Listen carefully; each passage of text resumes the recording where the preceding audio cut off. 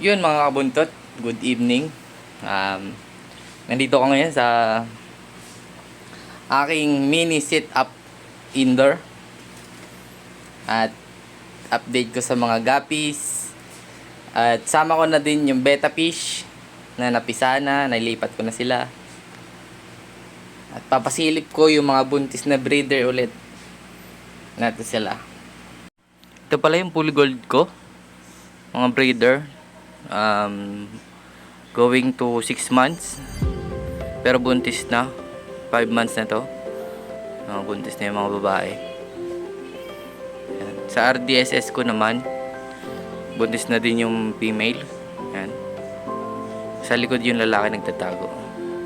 Tapos dito naman sa full red ko at sa mosaic, buntis na din. Yan. Dito sa PKBM, wala pang sign. Mga juvenile pa kasi. Yan. So, sa beta ko naman, nahiwalay ko na sila. Kasi napisa na yung mga anak. Yan. Dito naman sa mosaic, 1 month and 1 week. Sa full red ko, 1 month and 3 weeks.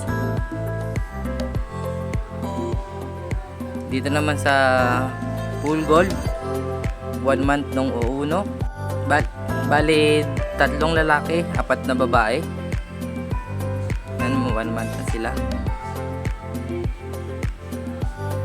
Tapos dito naman sa baba, mga kabuntot, magwa 1 month to sa 8, itong full red. Tapos dito sa mosaic ko, magwa 1 month sa 15. Yan.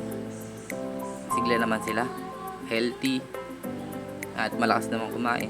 Bali, ang pinapakain ko pala mga kabuntot ay baby brine shrimp decapsulated.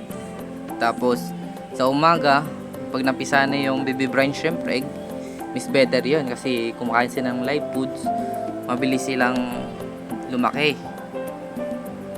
Tapos kung wala ka naman live foods, okay lang kahit decapsulated na baby brine shrimp.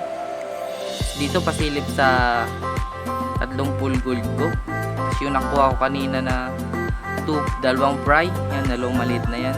Nakita ko kanina nung naglinis ako ng tank. Dito naman sa Honward ko, update, malago na sila. Yan guys. At dito sa betta fry ko, kanina ko nilang nilipat dito sa mayonnaise gallon ko na pinakamalakas. Yan. Yung dahon pa lang yan, talisay leaves para rin sa mga beta, para lumakas din yung immune system nila. Yan guys. At 4 days na to ngayon. Yan, napakain ko na din. Mga kabuntot, hanggang dito na lang ating video. Sana nagustuhan nyo. Sa mga nag-aalaga ng isda, na ornamental fish, mga freshwater, maraming salamat sa mga magpa-follow at nag-follow, sa mga mag-share, magla-like. Salamat sa suporta at peace out. Bye-bye.